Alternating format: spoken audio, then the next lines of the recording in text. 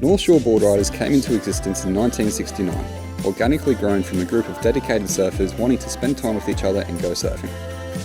Being situated in the northern suburbs of Brisbane, the crew were motivated to explore and get waves which were better than those of the Redcliffe Peninsula. Those early ideas, dreams of travel, mateship and of course competition, fostered many larrikin, official, administrator and competitor during the foundation years. Follow along as we hear tales of the era from founding members Dadee Taylor, Kissick, John Parniss, Trevor Brauer, Byran Weir, Simone, Stephen Fookes, and joined by local board craftsman Hayden Kenny.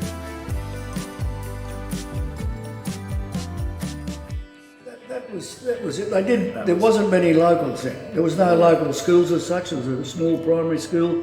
To give you the idea of the numbers, there just wasn't many locals. There was no form of industry or you couldn't make a living here.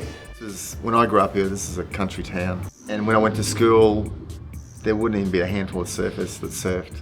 You know, the other kids, their parents might fish. I remember one day we had the first cross country from Mooloolaba to Cotton Tree. We had one school bus to do the whole school at Maroochy High. We drove from Maroochy High to Mooloolaba and we didn't pass a car. But we did go past a bluff. And it was really neat because we'd never see the beaches during the week because we'd always be at school. But during the week, there was nobody around. It was so quiet. And when there was one guy surfing the bluff, I think it might have been Hayden Kenny. And he was the only person out. We were pretty stoked to see somebody in the water. When the club formed, Mooloolaba, Alex, Cotton Tree and Maroochy actually had pockets of vegetation and it wasn't like one suburb. It was quite separate, like Kawana didn't exist. Watala was beehives. We used to have parties along where Watala, what do we used to call it, Shangri-La? Where was that? Shangri-La, yeah, it was a bit closer to... No surf, someone would buy a keg, we'd all throw in and buy a keg. And everybody would come, like all the Alex crew and Redcliffe crew and the Clounder boys would all go out there and have big parties. Yeah. It was mad. So it was, I mean, that was...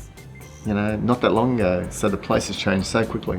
One aspect of Redcliffe's surfers was because of the position, you're an hour away from Maroochydore, maybe in those days closer to an hour and a half to Noosa because you couldn't drive up the coast to Noosa. If you wanted to go to Noosa, you had to follow the Bruce Highway up to Koroi. So the desire to travel all linked in with the location of Redcliffe.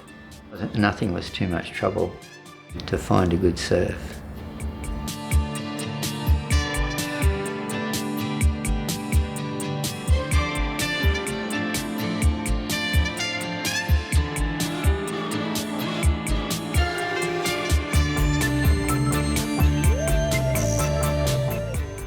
So most of them came from Brisbane on the weekends. I went to school in Redcliffe, as did most of the people that were involved in the club. So at that particular time, everyone played some sport. There's a lot of crew came from other sports, like Redcliffe had international swimmers and hockey players and squash players. So Redcliffe in those days was a very sporting place, and because there was not much to do on the weekend except play football. The young blokes, they sort of concentrated more on the surfing, because being here at Redcliffe, you had a cyclone or a big southeaster and there's always a wave somewhere. When I left school, I just thought, no, it's much more fun to get up the coast and have a surf on the weekend. My first experience was I came up the coast with some mates of mine. There was about 5 of us and we had one surfboard. The next one would say, well, hang on, you've been out there for a while, it's my turn now. And if they didn't want to give it up, you'd swim up and take it off them, Now, it amazes me to this day how many good surfers came out of Redcliffe through that era. Like, I can't believe that they were all so enthusiastic about surfing and how good they surfed.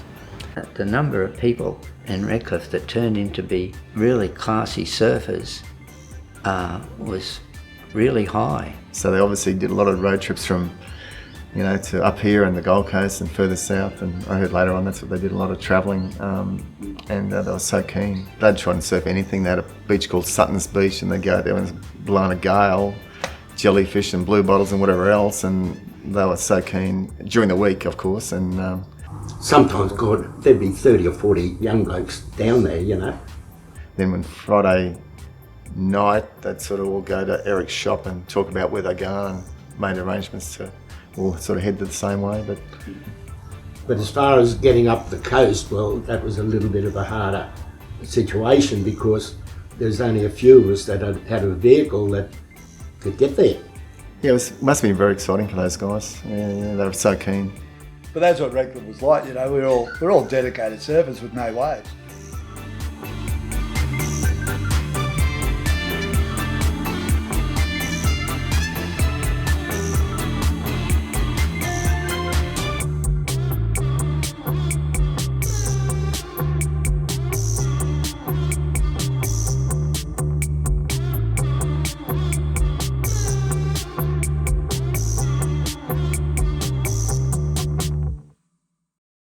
And those that wanted to just surf. Those that got a bit more passionate about it and wanted to sort of go and organise and find out who could surf the best.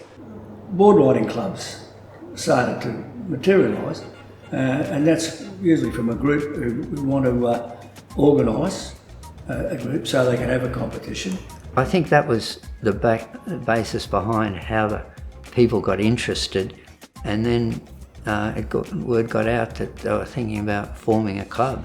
It's because when the first time we ever went down to the state titles, that would have been in '69, the first time we went to one. See, to surf in the state titles, they had this system where you had to be in a club to surf in them. Or joined the ASAQ. Yeah. And we sort of just, decided that it'd be a good idea to have a club. And that's where we had the first meeting at the Cowley's surfboard shop first at Margate.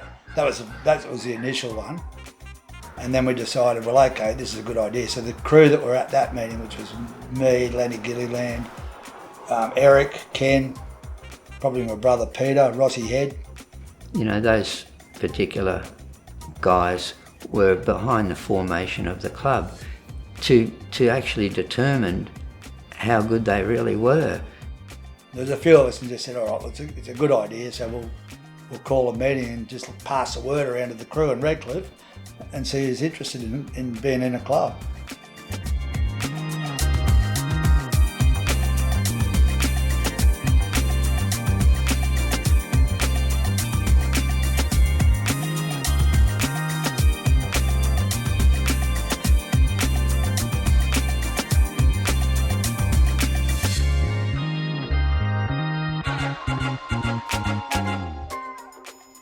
I heard at school that they were starting a board riding club.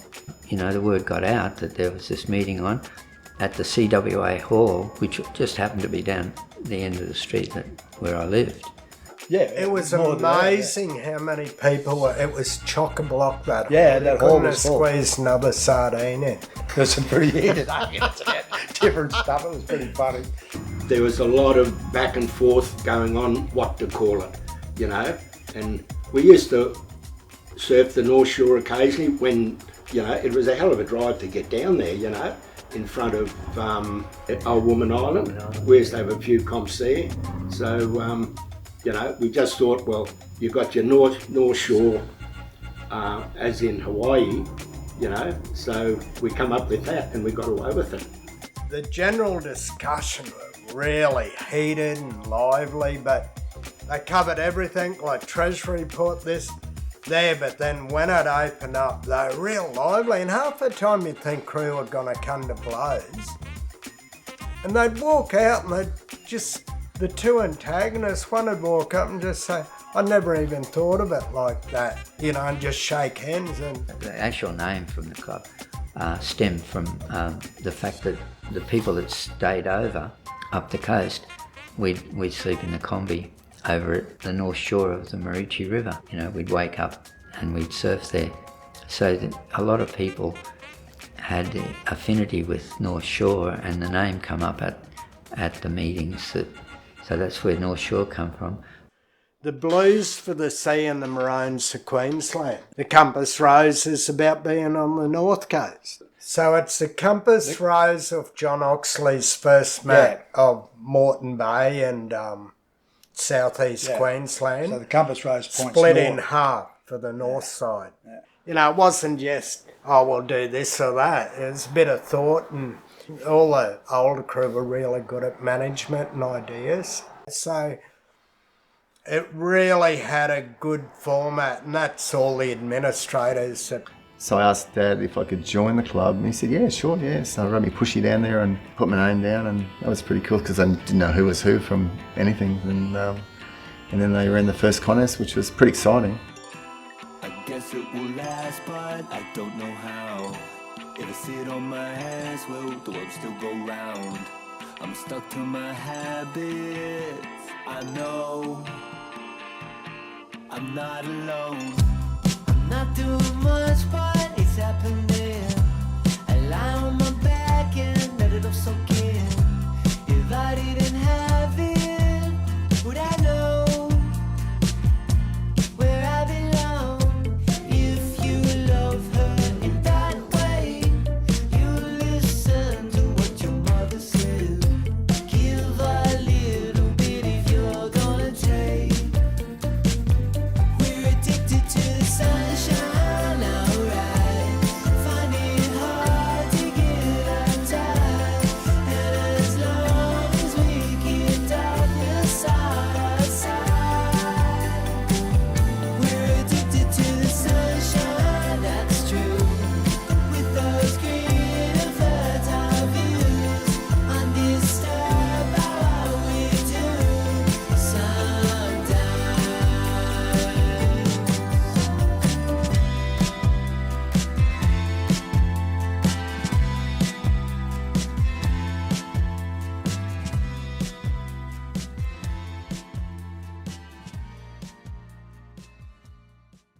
They ran like a financial year, so it formed in 69, they had a couple of comps, but the first club championship is actually dated 71, but it covered the whole year, but it started in 70 and went to 71.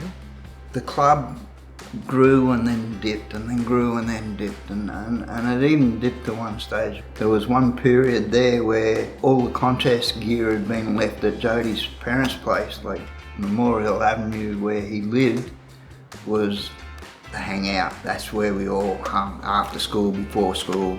But all the contest gear, which mounted to a few judging sheets, singlets and a horn and maybe a stopwatch, and that was it. And North Shore wasn't anymore. There was no North Shore. There was nobody. And Joe turned around to us one day and he said, well, let's put the singlets on and go surfing. So it was me, him and Spring for about 3 or 4 months there. We'd go and grab a singlet, put a different colour on out in front of Weir's shop, we'd go surfing and we'd come in and we'd go, you won. So we were kind of the next lot of locals to come through, and then all of a sudden our mates, Spring and Dixie and Tony Cowdroy, and then a little bit later Brady Peacock, and all of a sudden we started being North Shore. Because prior to me and Jodie, North Shore, the only local was Byran Weir.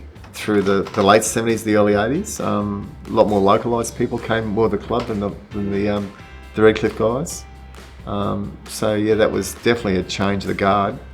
And then it started to get a little momentum, so it started getting a bit of go. And back in those days, North Shore contests were anywhere from Kings Beach through to Noosa, First Point Noosa. We did surf Cartwright once, I remember that. We had a really good day there, and there wasn't many people around those days. And we went to Noosa one day for the Queensland titles. I mean, the Gold Coast guys are just in awe of that. They couldn't believe how good the waves were, and there's no one there.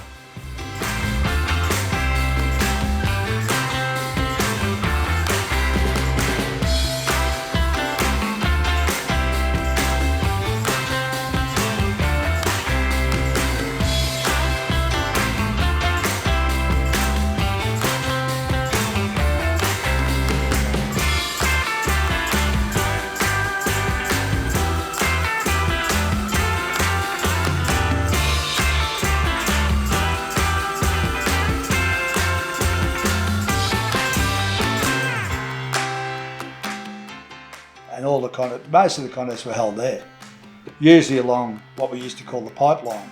And the reason it got that name, not because of the hollow waves, it was the freaking sewage pipes were all lined up there. So we used to call it pipeline, and we used to sleep in those pipes on the weekends. Just put your sleeping bag on, and beautiful of it. We'd all just scratch out in the pipes. If you were lucky enough to have a car, you got to sleep in the car, but most of us slept in the pipes. It was more of a bunch of kids getting down the beach and having a surf than it was to come up with the best surfer. But the best surfer always did come to the top.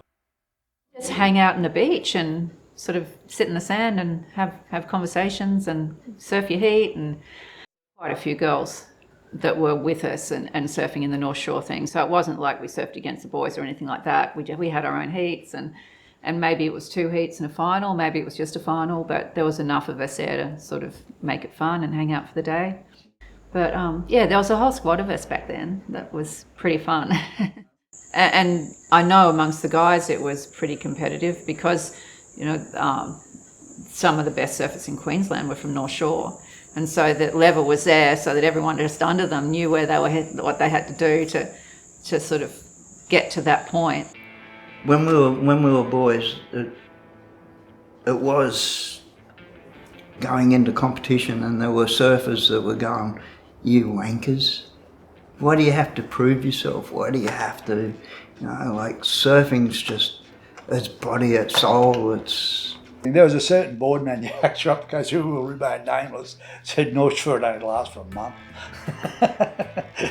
And I love this guy, he's a great bloke. And you know, I would have probably been of the opinion of, like others, that, where they started from, what do they got, what are they offering, and you could easily get an opinion, well, yeah, it could be wasting their time. You say, oh, there's not much future in that. It started off, there was the anti-club crew up the Sunshine Coast. There was a lot of the Alex crew that thought that wasn't a good idea.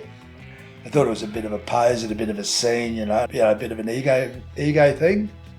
And I don't believe we were proving ourselves. I just believe that we were challenging each other. And through those challenges, that made us drive harder, and that made us work harder. And I don't believe we ever lost the soul. Just because we compete, I don't believe we ever lost the soul of surfing.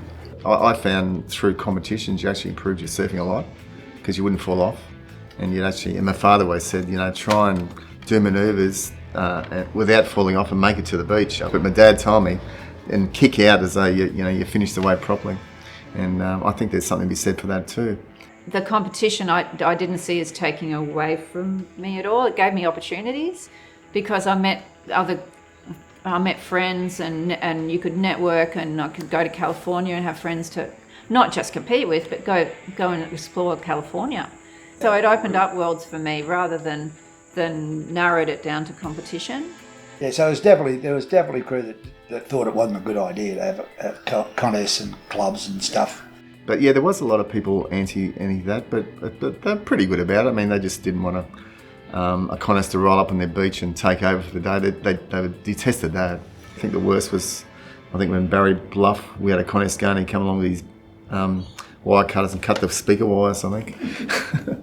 A little bit of that went on just to be a bit, but yeah, it was all cool. Everyone figures out that, hang on, this isn't so bad after all. So, you know, they all come around in the end.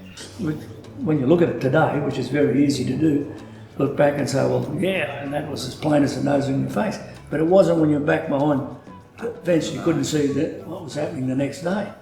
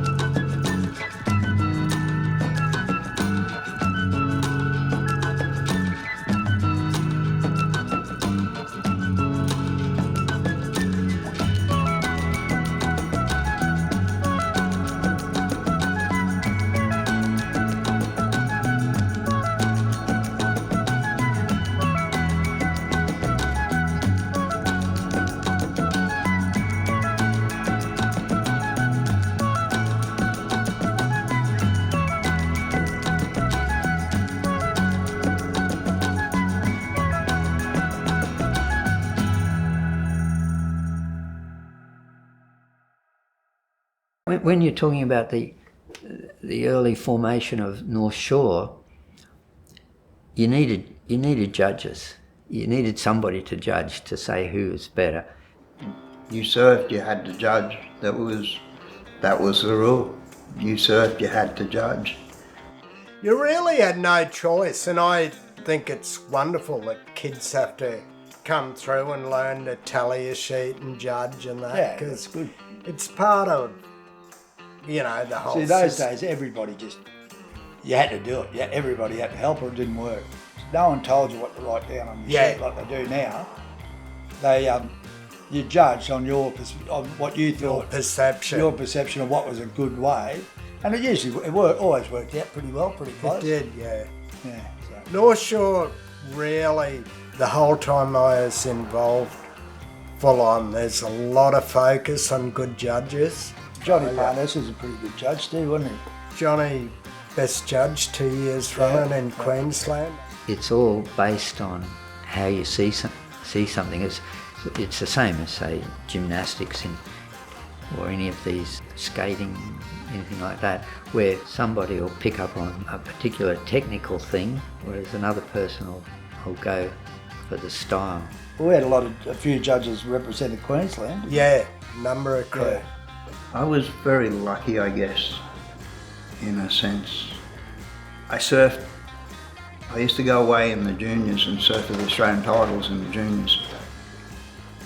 First year I went open, I didn't make the team. I was, this sucks. and they came, there was a man by the name of Billy Bowman came to me and he said, you know what, your judging's up there, you're a very good judge. You want to come away and be one of the Queensland judges? And I said, yeah, why not? The party's good. I want to be at the party. Why not? And that was in North Narrabeen in New South Wales in '78. And I won the Australian title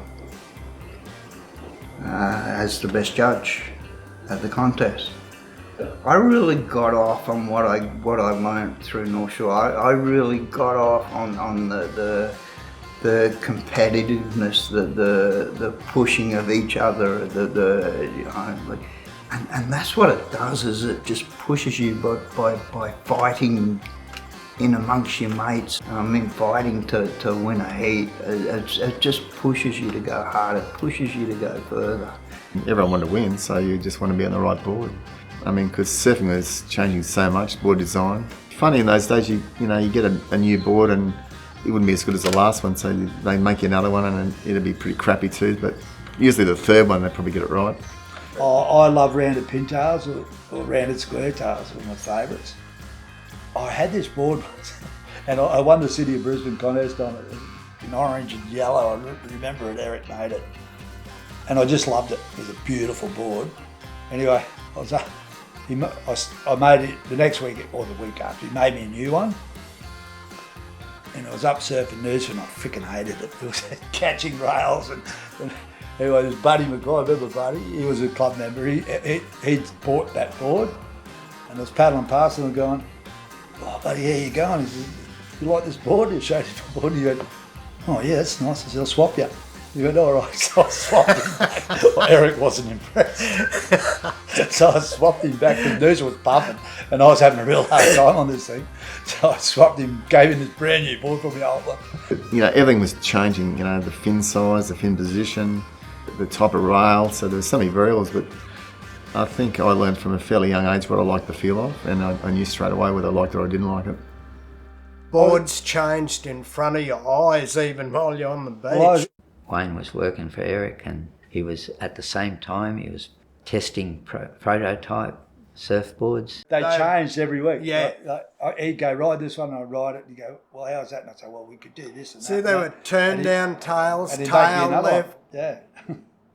Movement of the sweet camels. spot, the flat, the camels, the Cowley camels. the S-decks. The S-decks. Oh, shit. I didn't even have one. I had one. I never want to ride one of those ever again. Eric, to keep those. He was pushing the limits a lot, and yeah, some things work quite so well, but I guess you don't know till you try. And Eric definitely did a lot of research and stuff.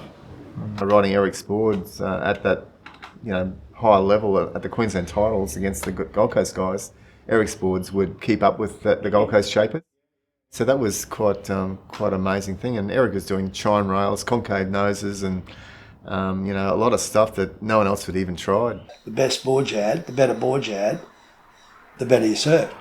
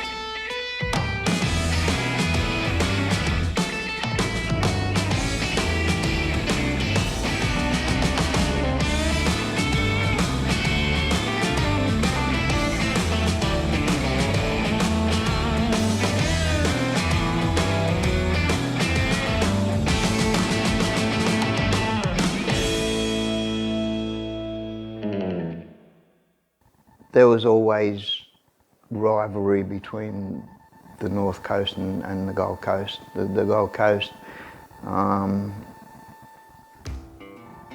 put politely, thought their shit didn't stink. They thought they were better than us. They always thought they were better than us. The majority of people felt that they were not given the best reception down the Gold Coast. They didn't want us. They didn't want us anywhere near the place. As I say, there was this thing: if you were going to knock out one of the profile Gold Coast guys, then that wasn't a good thing. Didn't go down too well. So it was absolutely competitive. See, when I come second in the Queensland title, junior title, and never made the team. So never made the Queensland team. And because I was in the judging and management time, I saw they were trying to stack it that way. Yeah. And I finished up with Rabbit, Michael Peterson, Billy Grant, and Peter Townend in my head. They freaking stacked it, the bastards. Anyway, so. What our club has produced as far as world champions, Australian champions, and even team champions now. We're now the number one team in the country. Yeah, a few boys and girls from Maroochydore went and kicked their ass. How good is that? And so, there was a push to get recognition for, the better surfers up here. When we broke, the North Coast broke away from the South Coast, from the Gold Coast, we went, that's it, we'll start up our own. So they started up the Sunshine Coast branch of the ASAQ. The clubs, your clubs picked the state teams. So we had one club. And they had, 6 or 8, wasn't it, down there? Yeah. And they just, I never even got a look in. And so Sunshine Coast and North Shore were just up there with the best. But again, they became mates, we were mates, we were all mates, and it was just that competition, it was just that. And we loved it. We just absolutely loved it. They were people I travelled with and had a whole lot of fun and stayed with when I went down the coast, and they stayed at my place when they came up the coast and all that sort of thing. So I think it was a real camaraderie, really.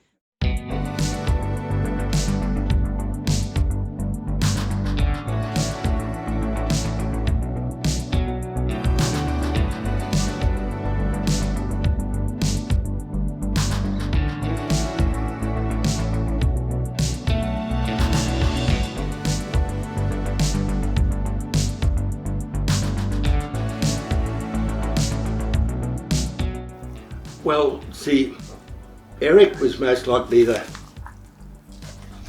first one within the area that was making surfboards. Eric was an incredibly unique driving force with a lot of vision. He was amazing. He kept the whole thing going Yeah. for as long as he was alive, pretty much.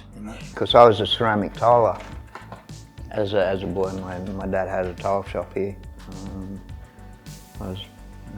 he came and picked me up and he said, you know, like, you've been a tiler, you should have a pretty good eye. You want to learn how to shape. So he took me to Brisbane, taught me how to shape surfboards. 16, 17, I didn't have a car, so because I was living in the back of his car and behind his surfboard shop, I'd sleep in the back of the car overnight and then go shape surfboards all day. I did that till I got a licence, and then I'd come up the coast, go surfing in the morning, drive back down to Brisbane and shape surfboards. What he did for the kids and his belief in Sunshine Coast surfing, his belief in North Shore, his belief in all us kids. God, we go to the Gold Coast for a contest and we'd all sleep in his shop overnight. And then continue down to the Gold Coast. To get to the Gold Coast was a major thing. You know, you could easily get lost trying to find a way across the Story Bridge, and you know, I got lost a few times in the old Hillman trying to find my way, but after a while you did it a few times, you knew that the little corners look for the sign Gold Coast with the arrow, yeah, it was a mission. But obviously Eric was just starting to get into the board manufacturing side of it.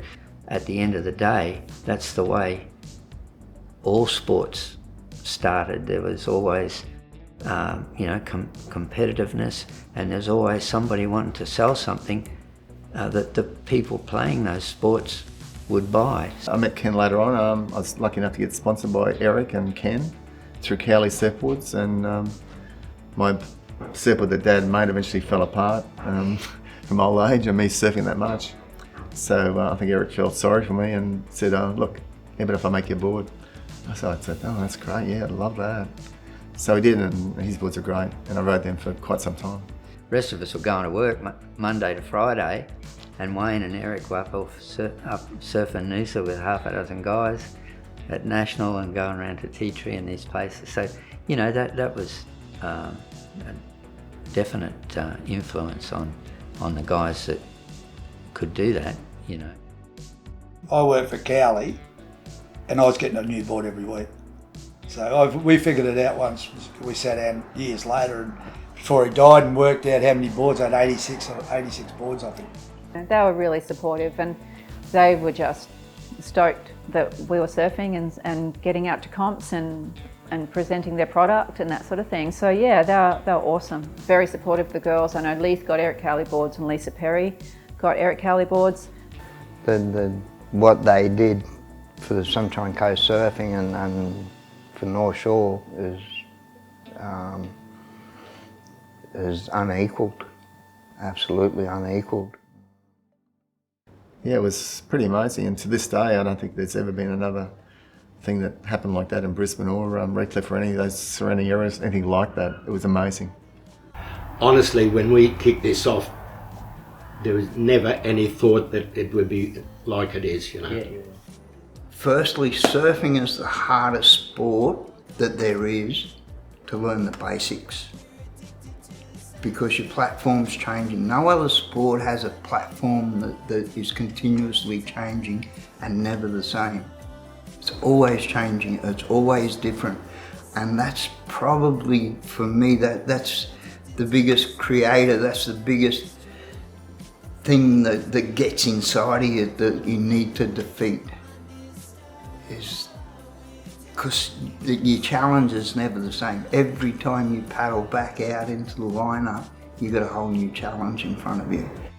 And that experience and sharing that with your best mates, yeah, some days there you just felt invincible, absolutely. Surfing doesn't need anyone. It's such a strong, powerful sport. It doesn't matter if Eric runs it, I run it, this one runs it, Wayne's club champion. It's like, you know, you don't need Kelly Slater or you don't need Medina. The sport's so strong and powerful and got so much more healthy, fun. It's such a whole range of things that everyone gravitates to it. If you start in the ocean and surfing, you got to, you know, you're sort of disciplined a lot by the ocean with, you know, waiting for a wave and getting out there, and you take your time and there is no rush. But yeah, definitely if parents were able to teach their kids, but there's nothing better than looking forward to going to the beach and going surfing.